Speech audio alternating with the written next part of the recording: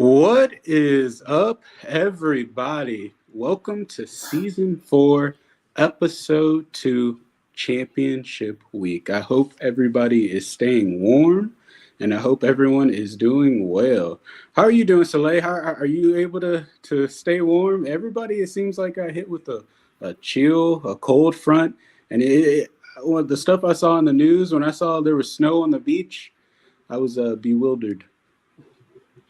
No snow here, but it was a high of 59 degrees. It's 49 degrees right now. Okay. I got the heat turned on to 70. No, don't talk about So heat. I'm struggling right now. I'm having a terrible time. I didn't sign up for this when I moved out here. But other than that, I'm glad to see y'all. I'm doing good. Okay, I'm glad to hear you're doing good, but when you say Send uh, help. Send help. I can't function. some of us are actually dealing with real cold here. How are you doing, sir? How's it going? Are you managing? You know what it's like to actually be dealing with real cold out here. Yeah, I know what it's like dealing with real cold, but it is kind of cold here. It is kind of cold right now. So, I know you get told about putting on a hat and the gloves and a coat and all that stuff, but I don't know about all of that, but it is pretty cold right now. Okay, this is a quick aside, but I have a genuine question for you guys. Do you feel that even if it's cold per se, do you feel you need a hat and gloves if you're like, let's say you're headed to your job, but your job is indoors and the most you're going to be in the cold is like the 3 steps to your car and the 10 steps into the building that you work at? Well, we're exaggerating the number of steps to the car and to the building. First of all, we're Mm-hmm. exaggerating a bit. But Soleil, I'll use you first, and then I'll answer. I haven't experienced that in 9 years since I've been out here, but I didn't wear a hat then or a cap or whatever then, and I certainly didn't wear gloves then. So no, that's soft.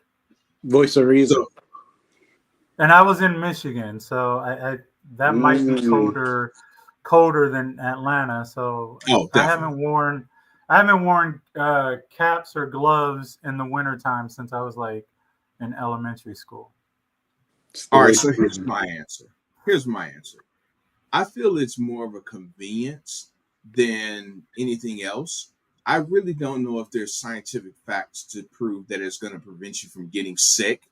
But the way I see it is, yes, you're from the house to the car, it's a short distance, a longer distance going into the job. However, when your car sits all day and it's late at night when you're leaving for work, Mm. and your car is cold, it is a little convenient to have the gloves on to be able to touch your steering wheel and not have to deal with that. You don't have a heat warming steering wheel, so Right, right. a little convenient. And then the other Cause yeah. thing is, I know what you're like when you get sick. So Oh, me. you disagree? I disagree, but hey.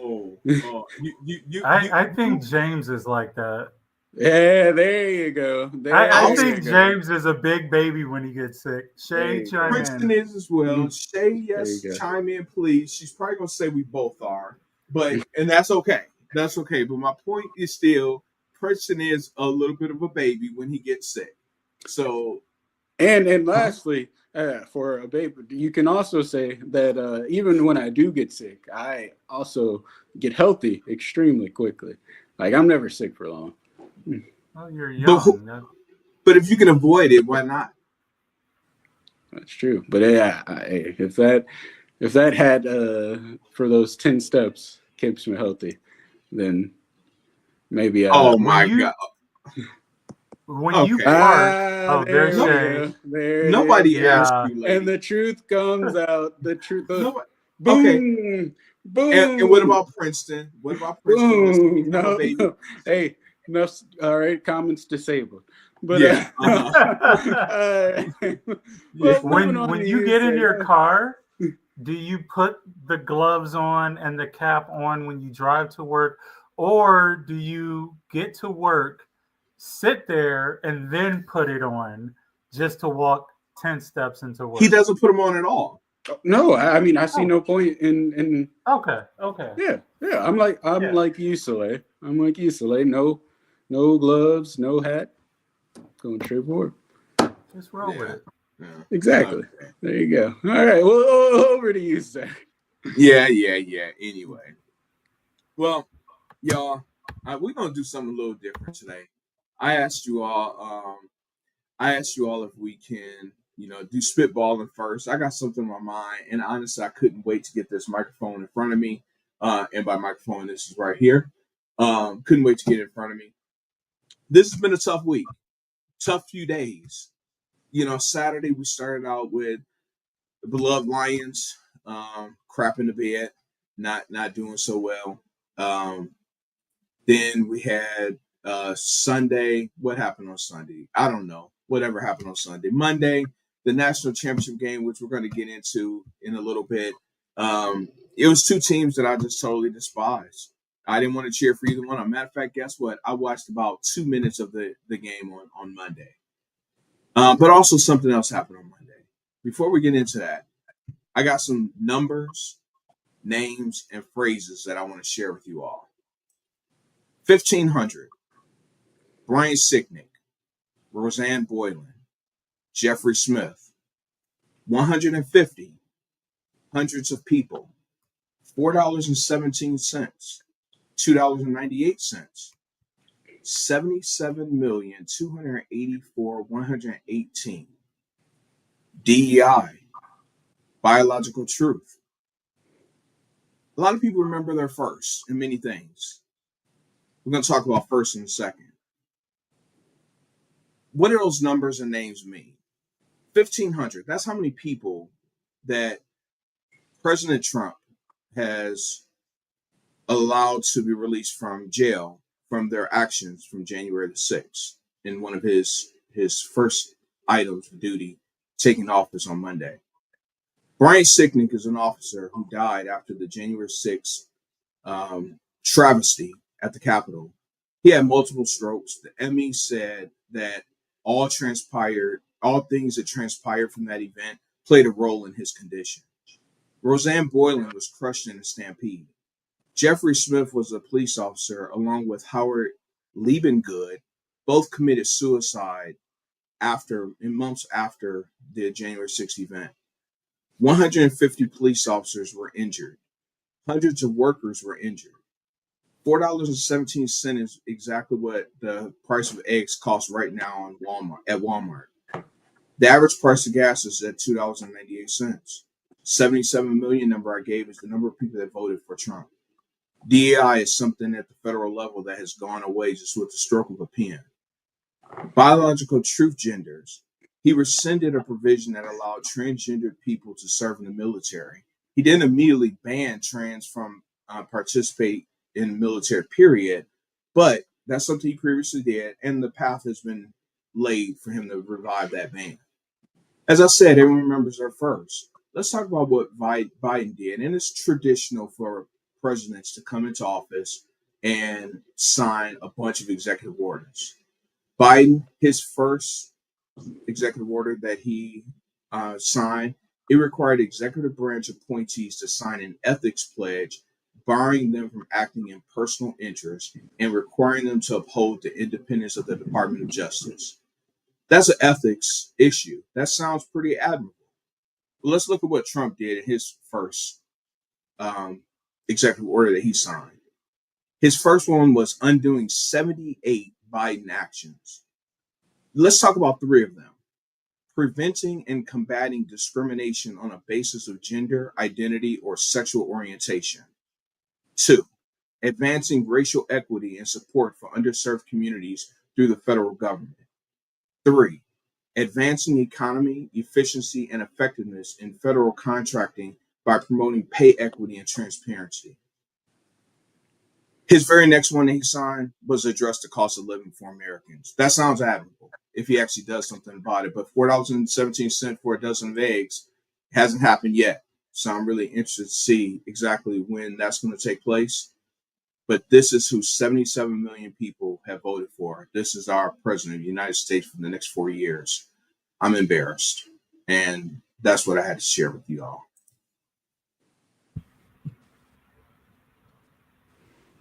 Go ahead, Prince. Oh, all I was just going to say is all of it is very unfortunate, and all the stuff that you stated.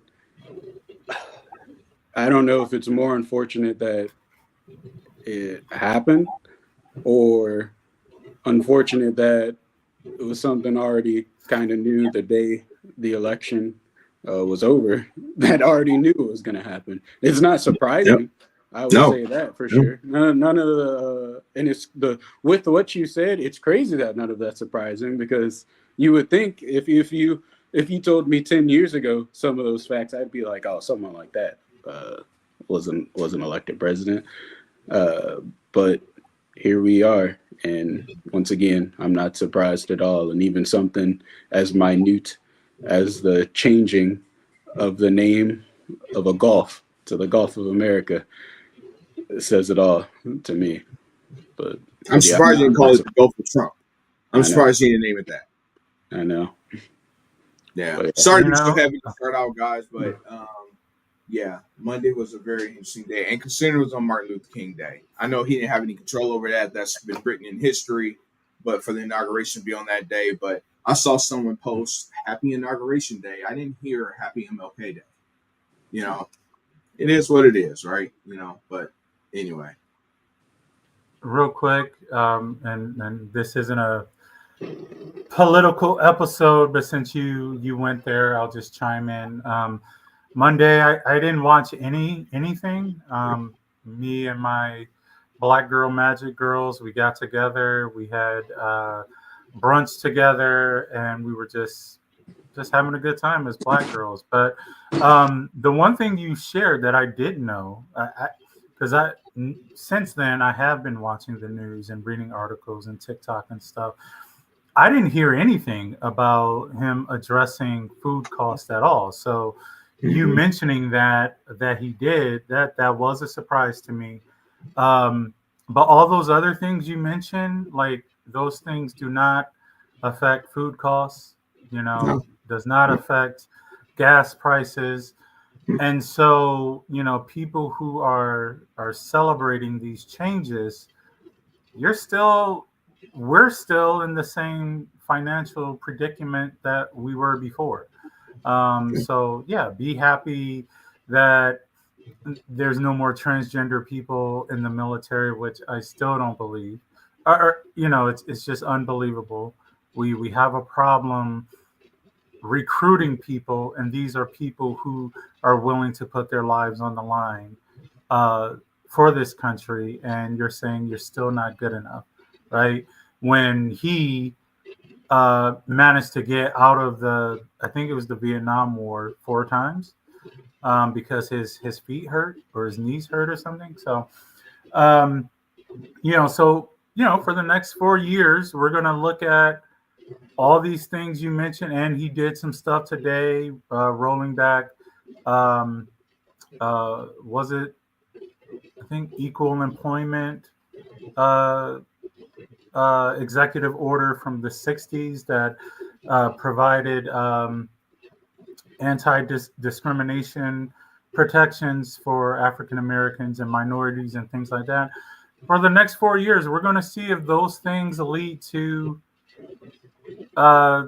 food getting cheaper, and if your gas gets cheaper, and if housing gets cheaper, because those things will not lead to that, and things are going to get worse financially before they get better, and the people that are going to benefit the most are the rich people.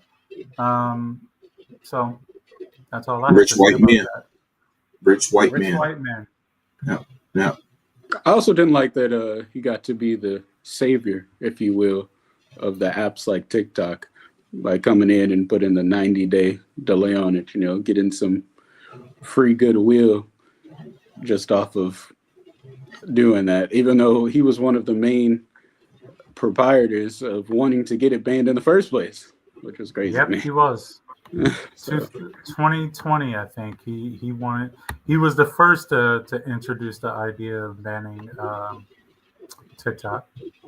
I got to ask y'all something since we're on this subject.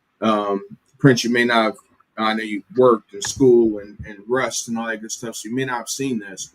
But did you hear it in the inauguration parties that Rick Ross, Snoop Dogg, and Nelly all performed for him? Have you all heard about that? I didn't hear about that, but I'm not surprised because a lot of times when it comes to uh, political views, especially, I'll say I feel like we want to think it's a race thing, and it can be, but a lot of times it's more of a social class issue than a race issue, and people in the same income bracket a lot of times hang out with each other and support each other a lot more. And sometimes race, income usually has a lot more to do with it than race. So I'm not Well, surprised. here's my dilemma with it, though, and I don't want to steal this statement as my own. It was something that came to my mind when I first saw it. It was a comment on the YouTube video that Mom and I saw this morning. But someone said, "Where's the energy that we all had for Chrisette Michelle in when she performed at the inauguration? People blocked her, banned her, blackballed her. Like, we're not going to listen to your music anymore because you did this. Where's that energy now?" Also, and the last thing is, Snoop Dogg, prior to Donald Trump's first inauguration, he put a post up and a video, and D.L. Hughley went in on him, and he addressed this video, and Mom and I saw the video as well, where he was saying, which one of y'all going to step up and perform for him? You know, and he was going in. He was like, who's going to be the Uncle Tom? I guess he's Uncle Snoop. Yep. And one of the defenses, at least for Snoop, because I don't think he's commented on it yet, but they said that with Snoop, he performed at like a crypto event. Yes, it was inauguration weekend, but Trump wasn't there. But it was like a crypto event, so he performed. So some people are trying to give him a little grace for that.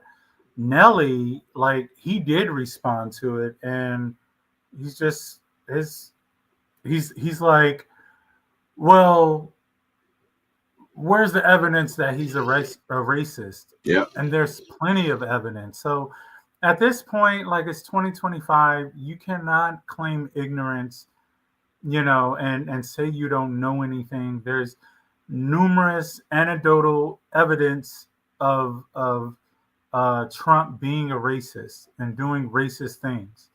And so, yeah.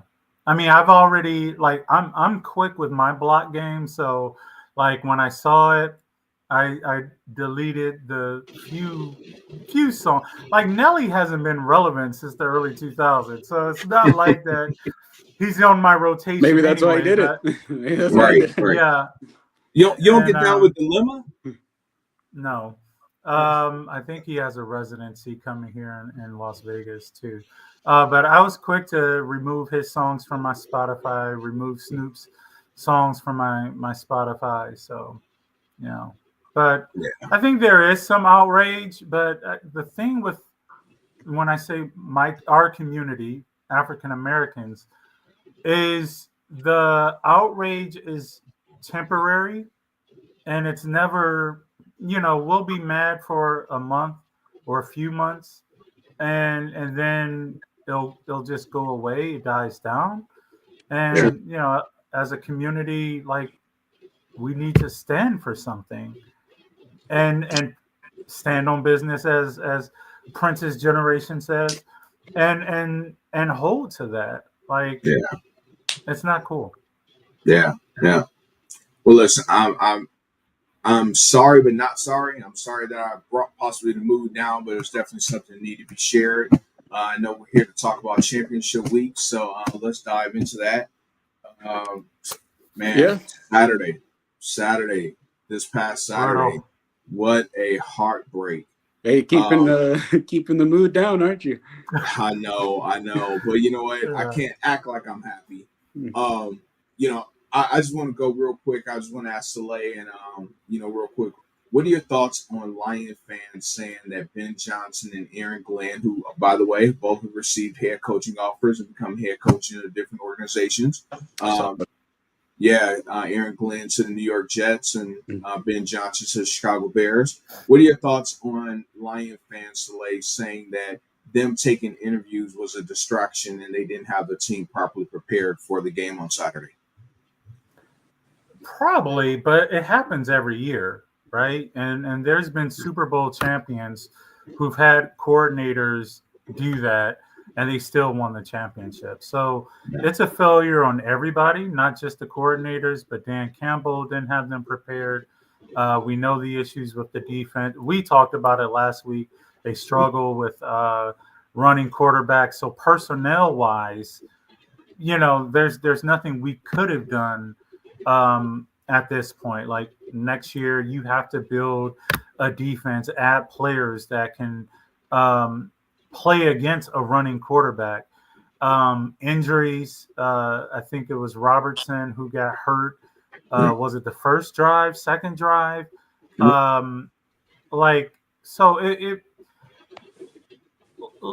We didn't talk about it last week, but if you told me like, okay, this is how Detroit's going to lose, they're not going to be able to stop Washington.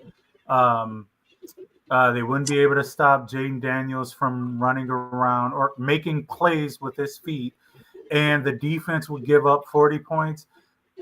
That would have been the recipe. Like I wouldn't have been able to argue that because those are things that we knew. So I don't buy into that. The coordinators taking interviews played that big of a role in them losing. They were worthy of the number one seed. They beat everybody else, but I think the injuries caught up to them, and the person or type of player that they were going up against, it was a bad matchup. I didn't bet on that game. I think the line was like 9.5 points, and I knew Detroit couldn't cover that with that type of quarterback. All I was just going to say is what I didn't like about the discourse about the offensive coordinator in particular was that because I saw a lot of people were upset, especially that he's going to the Bears as well. But what I didn't like about the discourse is the fact that it's not really on them that this kind of the job opportunities come available when they do. Of course, you're trying to look out for your own career, so of course you're going to be applying for those head coach positions. This is life-changing opportunity. So to get upset with them for just committing to try and brighten their future is crazy. And then also people were the one that was funny to me is that people were going crazy on, oh, how is he leaving? And then he was kind of throwing the game with some of the play calls that he was making, like with the trick play, especially with having the receiver when he threw the pick, doing the trick play in the game. But I'm like, that's been Detroit all year. That's how they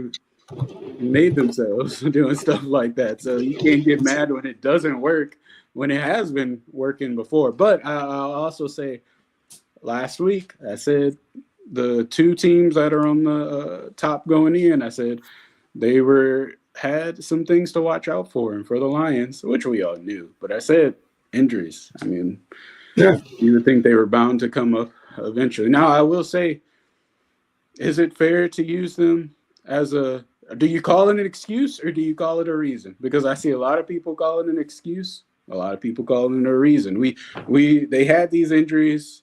Of course, not all of them, but they've had a lot of injuries for a lot of the year, and they still manage to have this record. So it is hard to say, now when they lose, that it's like, of course we were all going to say the injuries, and it's true. They did have injuries, but a lot of people are looking at it as an excuse now.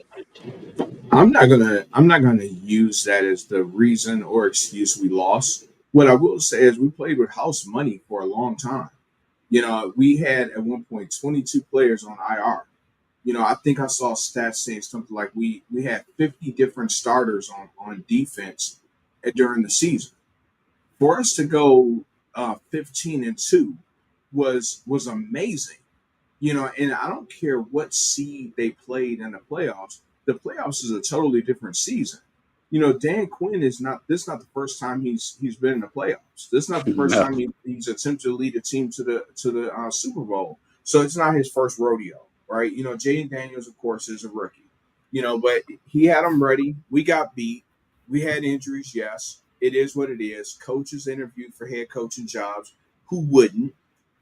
We don't know. I wasn't able to find how much Ben Johnson made this past season as the offense coordinator, but I read somewhere they said the upper echelon offensive coordinators across the league make about $1.5 million. How much is he going to make next year with the Chicago Bears? $13 million. I'm leaving too. Yeah. I'm leaving too. I've known people that left McDonald's to go to Burger King for 50 cents. So you're telling me he's going to get a $11.5 million pay raise in 1 year? I'm out too. Yeah, it's deuces. Yeah. He stuck around a couple of years when we didn't expect him to. So don't hate the man. And Aaron Glenn, I didn't look up his contract deal, but it's the same thing. He did what he did with that defense this year. He's got to leave, just like we talk about a junior in college who had a breakout season. Right. Did he come back for his senior year and risk? No, bag that. Get it while you're hot. Go get your money. I applaud both of them. I applaud the Lions organization. Sad about the way the season ended, but 15-3, I'm all right. We'll be back next year. So one last question for you guys. So not to linger on the Lions too long, but one last question for you guys. Do you feel like the Lions can win it all? I'll start with UCLA with Jared Goff. Yeah, I think Jared is a good quarterback, and he didn't play his best game. Ben Johnson didn't call his best game either. But yeah, I think we could win with him. And just you got to get better. Like injuries would. It's not an excuse, but it is a reality. It is what it is. Like there was people playing Sunday. I did not recognize those names at all. So but yeah, they'll need to get better. I know they'll probably have to replace a couple offensive linemen, so they got to get better there. Definitely got to improve the defense. They need speed on the defense, and a new team doctor. But yeah, I think Jared Goff he's still my quarterback. Two of those interceptions were at the end of the game when it was a 2-touchdown deficit, and at the end of the half, which cost us at least 3 points. But so you take those two out. It was an interception. It was a fumble. Not a good game, but the defense didn't get a stop all game. The defense had 12 men on the field on a third. What was it? A 4th and goal. Yeah. Inexcusable. Gave them new life. Yeah. You brought that up earlier that day. Yeah, sure did. I said that was a penalty that I just don't understand how you can get, especially at that level. One man goes on, one man comes off. Simple. It's simple math. And it was before it happened. Yeah. Chris said he would have stayed. The coaches should have saw that. The coaches should have saw that. Somebody. Yeah. He would have stayed if he was just either. I don't know if he's talking about Ben Johnson or Aaron Glenn, but I don't know how you would have. I don't. I don't understand that at all. But well, they stayed last year, so I mean, or this year rather. So this was the year, and this was the best opportunity. Chicago's going to get better. Who knows with Minnesota with their quarterback, what's going to happen there? But Chicago's better. You figure Green Bay is going to take another step in the right direction. Jaden Daniels is here to stay. He's going to rule the NFC. And then there's always some team that makes the playoffs that shouldn't be there. So Arizona, San Francisco could come back. So this was definitely our best shot. I think next year with the schedule and everything, we win 10 games, 11 games, that would be good, and we may get back to the playoffs. But yeah, we have to rebuild. Yeah, yeah. I saw something. Last thing I'll say in the Lions, and unless you guys got something else, we'll move on from them. I saw something that said, or I heard during the game, several times throughout the season, a guy came into the building on Wednesday and started on Sunday. That's how bad it was. Insane. Yeah. I mean, for you to win 15 games, yeah. Anyway, let's talk about records. While we're talking about records, last week we don't need to. I think it's important. You got to have integrity here, sir. Last week, Soleil, you went 2-2. You lost on the Lions. You lost on the Ravens. Eric and I, we had the exact same picks, so of course we got the same record. We went 3-1. We were wrong on the Lions. I'm missing someone. Oh wait, way here at the bottom, we got Princeton coming in with an amazing 1-3. I know you're a basketball guy. I went with my heart. I went with what I wanted to see. I wanted to see Lamar. I wanted to see Matthew Stafford. And I wanted to see the Lions. But, much like a lot of things in life, you don't always get what you want. So you got Mark Andrews to thank for that. Yeah. How could he drop that 2-point conversion? Okay. I have seen this discourse over the past few days of everyone, of course, memeing Mark Andrews and everyone saying washed and get him out of here. But I think this all keeps continuing to take away from the fact that game is still on Lamar to me. I still think it's what everyone always talks about in the biggest games when it matters the most. Lamar is a great regular season quarterback. Playoffs comes around and he turns into a turnover machine, which I know isn't a crazy amount of turnovers, but in the playoffs, when you need a win, throwing a pick, the fumble to me was completely unacceptable. It was crazy because it was really weird. Yeah, you just go down. He tried to stay up, in my opinion. It looked like he was trying to, extend the play like he always does. And he held the ball out like, what do you always say, James? A loaf of bread. And it came out. The interception was bad too, but the fumble was inexcusable, in my opinion. And I think this is on Lamar. Mark Andrews gets all the blame just because it was the last play. And it wasn't even the game-winning play that he dropped. It was the game-tying play. So who's to say they would have even come back and won? But he's definitely taking the bullets for Lamar right now. I think rightfully so, but what you got to say? As a gambling person, just going back to that fumble, when I saw it, I was like, oh, he's throwing the game. Because it was the weirdest fumble that I've seen. Like, I don't know how you dropped that ball. But anyway, I have no evidence to prove it, but I've watched enough games, sports, betting on games, and watched a number fixing game documentaries to say something didn't look right with that. Now, whether the game, look, he's the quarterback, he's going to get all the blame. Jared Goff is the quarterback, he gets the blame. All the other things that we mentioned earlier, it's secondary. You're the quarterback, you're going to get the blame.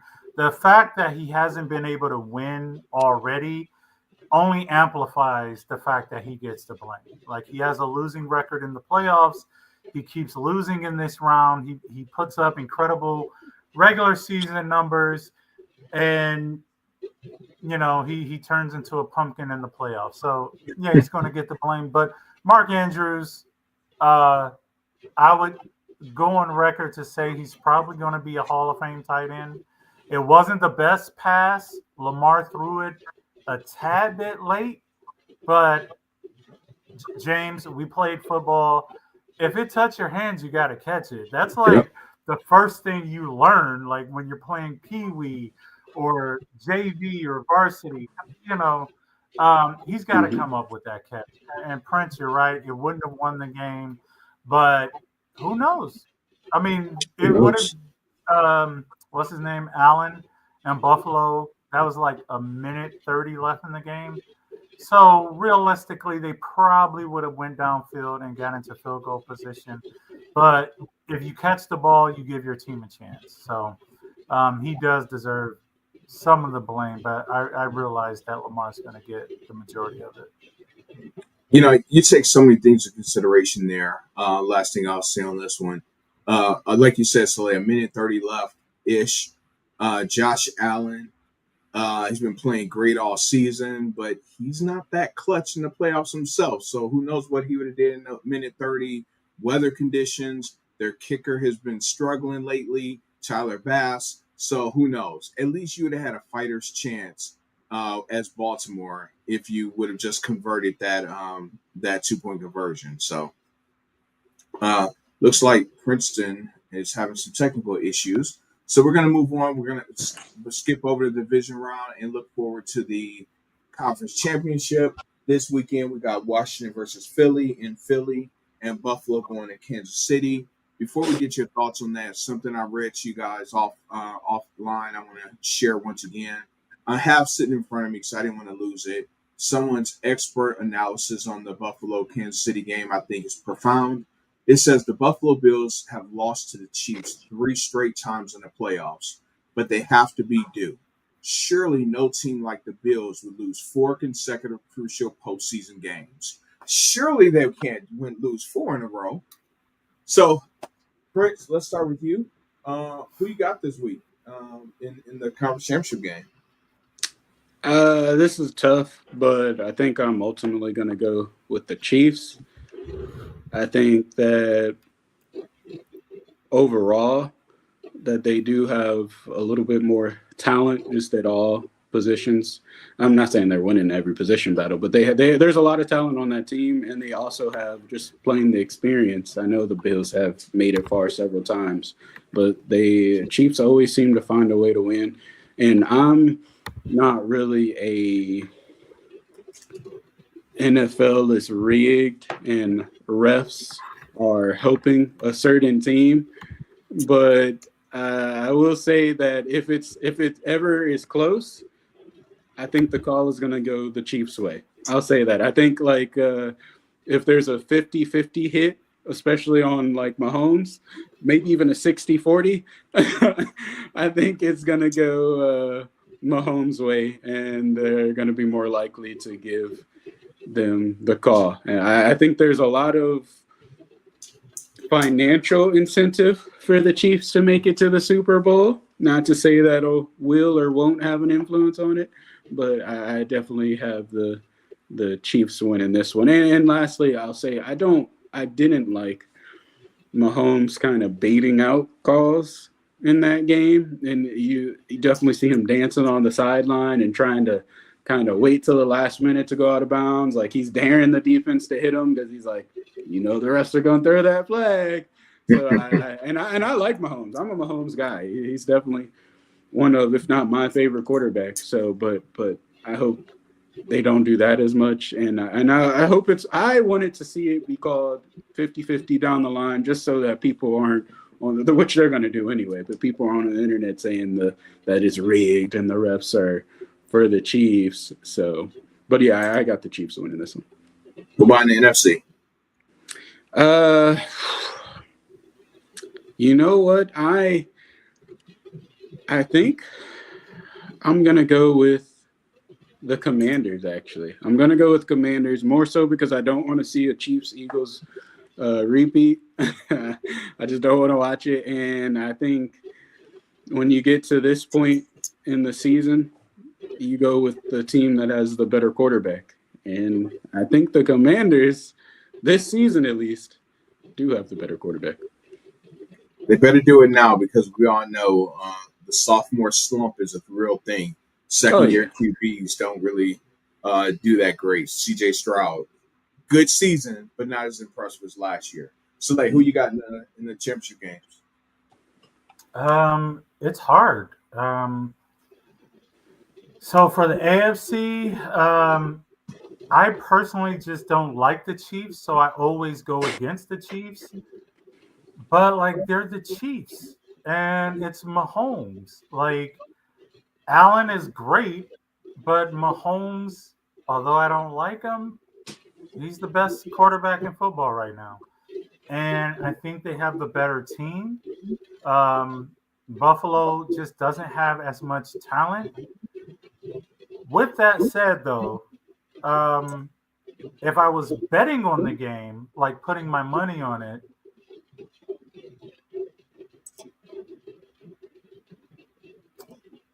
well, it just really depends. If I need to make money or if I'm just trying to play just to win the bet. If I just want to win the bet, I'm picking KC. I assume Buffalo is the underdog here, and they're probably plus 140 or something like that. So you'll make a little bit of money on that. But I'm gonna go Buffalo this time.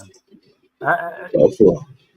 You Okay. know, just so I could see Kansas City lose, and if Kansas City wins and make it to the Super Bowl, whoever they're playing, I'm gonna pick the other team. I just don't like Kansas City, and I don't want them to win. I don't like Buffalo either after what they did to Detroit. I don't like them either, but those are my choices. So Buffalo and the NFC. I really don't like either of those teams either. The team that beat my team, and then Philly, who's been getting praise all year, and Detroit was the better team regular season all year, and wasn't getting like the national pub that Philly was getting. It comes down to the quarterback. I'm going with Washington. Daniels is a better quarterback than Jalen Hurts right now.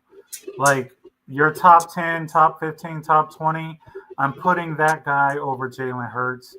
And Hurts still, something is off about him, even after seeing him play the last two games. So I think Philly has the better team.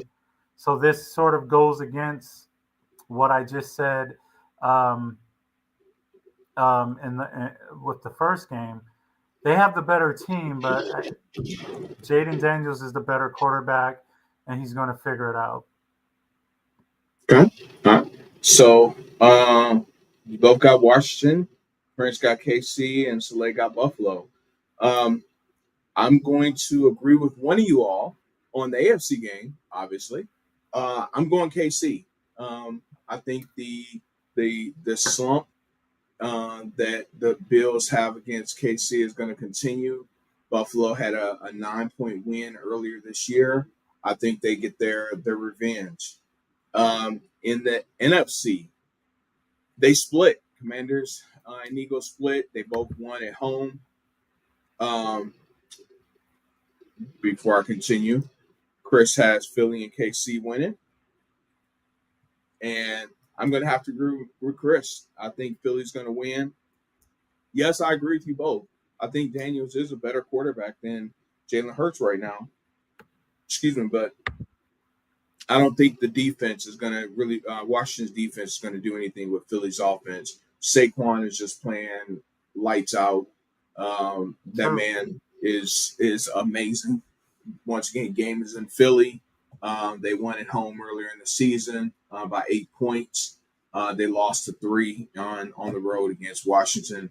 I think Philly walks away with this one. I think that's going to be kind of a lopsided game too. They're going to put it away early. So KC Philly Super Bowl. He might single-handedly, not single-handedly, but be getting running back spade again. No. No. Whoa now. Anyway, national championship game. Did either of you watch? Talk about a game where you don't like either team. I watched the highlights after it was over. I saw Notre Dame game down. Came out early. Looked like they had some momentum, but ultimately, this one seemed like a pretty. I won't say it's stomping because I think later in the game it came down. They did get it within a field goal as well later into the game, but Ohio State just kind of took over. But like you said, my team was out to Notre Dame, and it's crazy to me. So it's funny to me that the team that won the national championship not only did they lose their, annual game to Michigan, but they also didn't even play in their conference championship bowl game. That's Yep. a wild. That's wild. Yep. National champions, but not conference champions. Yep. They lost to the team that won the conference championship, Oregon. Yeah. So 2 losses, 2 big games, but they won it when it count.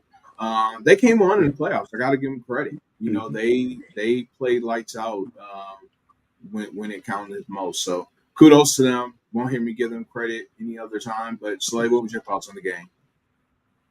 Yeah, it just proves that, especially with college sports, the more talented team usually wins. Yep. So kudos to Notre Dame for getting there. I think they said they only had 1 5-star recruit.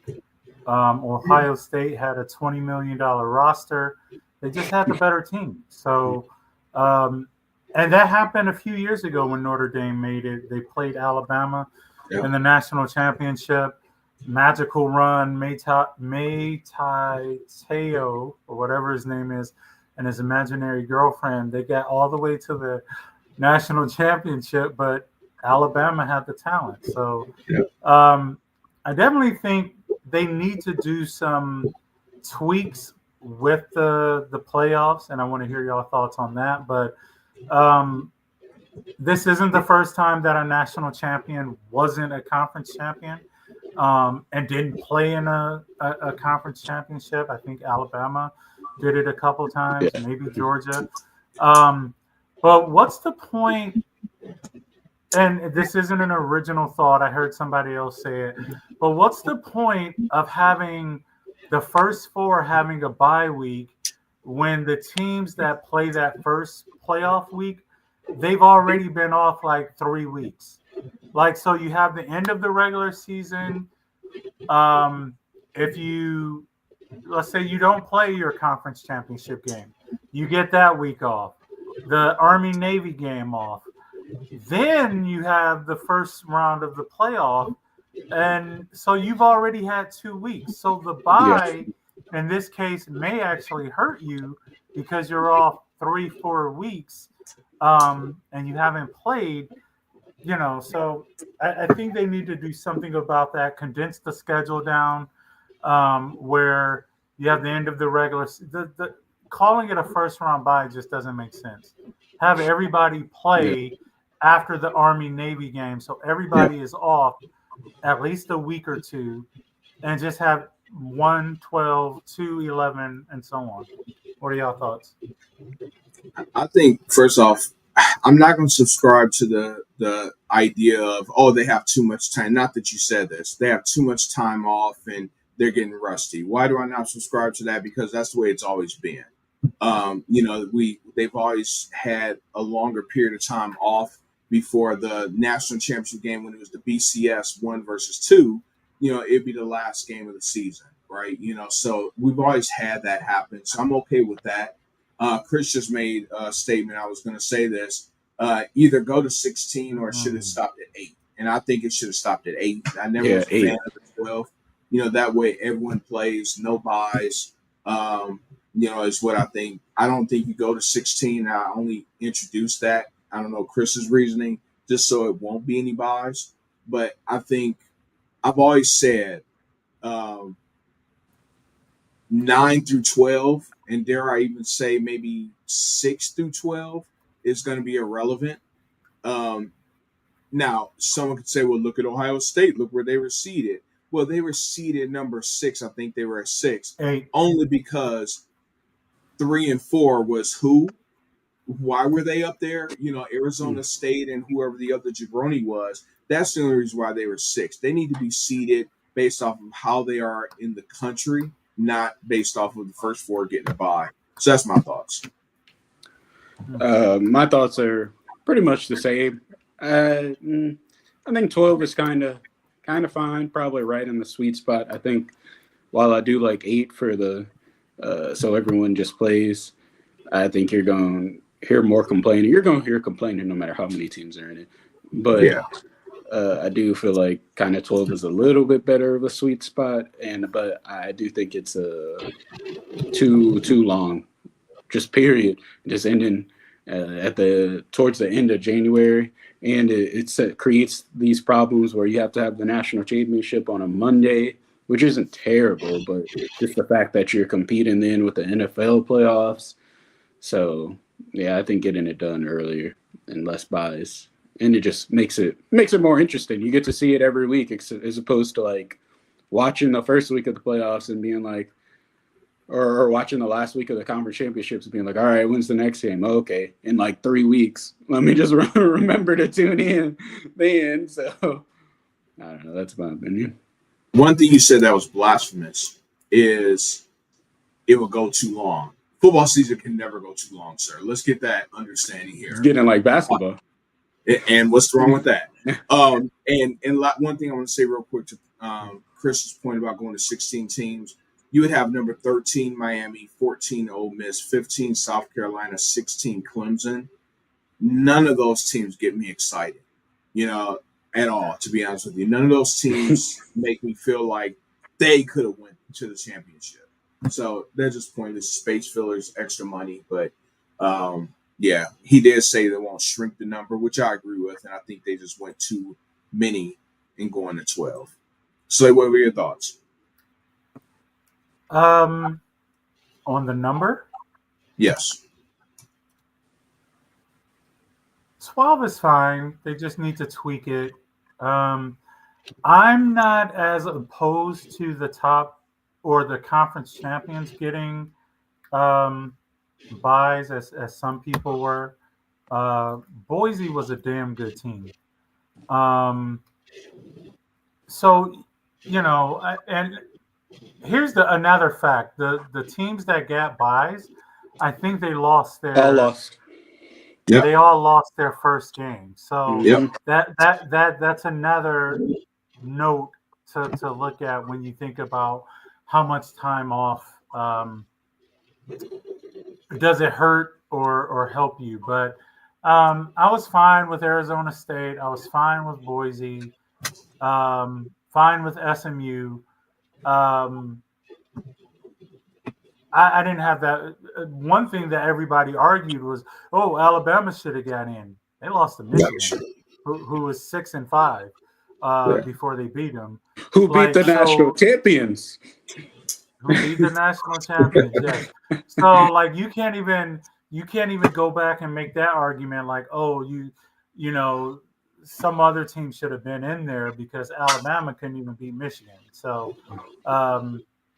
Yeah. Do y'all think it was a success? Like the overall, like the vibe of it, the games, everything was it a success? Most definitely. I think especially that first round. Just having those games on campus, that was amazing. So I would love to, if one of those games was close enough, I would have gone just to be in the environment. May not have gone to the game. I'm sure tickets were expensive, but yeah, I think that was amazing. I think it was a success, and as much as I hate it, I think it's actually probably better that a team like Georgia or Alabama didn't win. Because if one of those two teams won, people would just be saying, oh, we changed the format, but it's the same old teams that keep winning every single year. Even though Ohio State did just win not too long ago, still, I think it was it is still pretty similar teams that keep winning. But, it's been about 10 years since they won, isn't it? I think Ohio State won the first inaugural 2014. 10 years ago. Oh, that was 10 years ago. Yeah. Okay, so I guess that's not that that is a good amount of time ago. But yeah, so 2 years in a row we got Big Ten champs. So Big Ten rule. Maybe so. See if it continues. No, lots of people were. What do you mean? Lots of people were. What?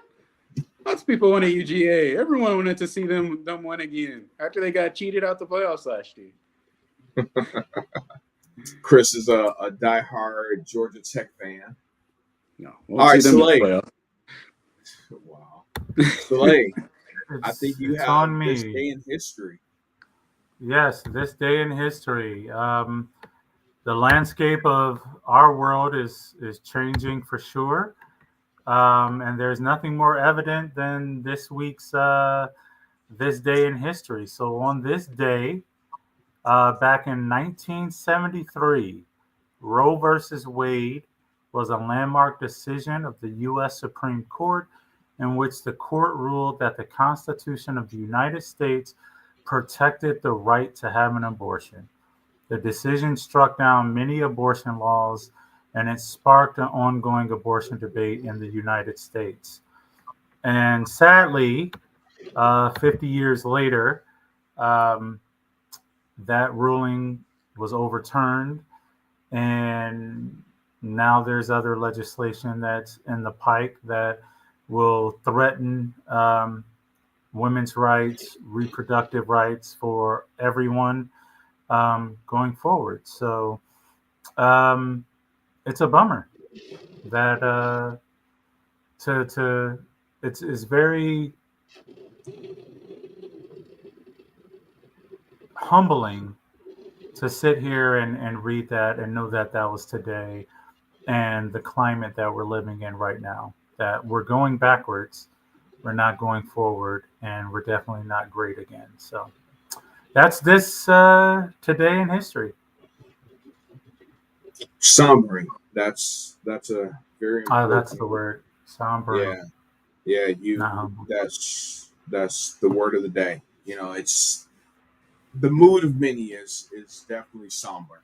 It really is. So. Last thing I'll say about, because once again, I know this wasn't a politics show, but the last thing I'll say is I hate how with every new presidency, it's always going back and kind of undoing some stuff of the old regime instead of building off of it. I feel like we never go forward because each regime is like, all right, the moment we get in, let's undo everything the last person did. The moment we get in, let's undo the last person did instead of just moving forward. It's a pissing match. Yeah. It's a pissing match. And it's difficult for me to sit here and say either party really, truly, the party, I'm not talking about individual, either party truly has the interests of American citizens in their mind. Because everyone wants it to be under the Democratic watch or under the Republican watch. This is what we did. And Patrick says something, I disagree with him in so much in politics, but there's something he says and it's so true. Lock people in the room, don't let them out until they come to an agreement. And obviously that'll never happen, but it'd be nice for you people to just come together and say what's best for the American citizen. Yep. Agreed. All right. Yeah. Awesome show, you all. We're back next Wednesday. Show topic to be determined. We'll release that soon. But you heard it from our mouths to your ears. Thanks for tuning in. Hi, Mom.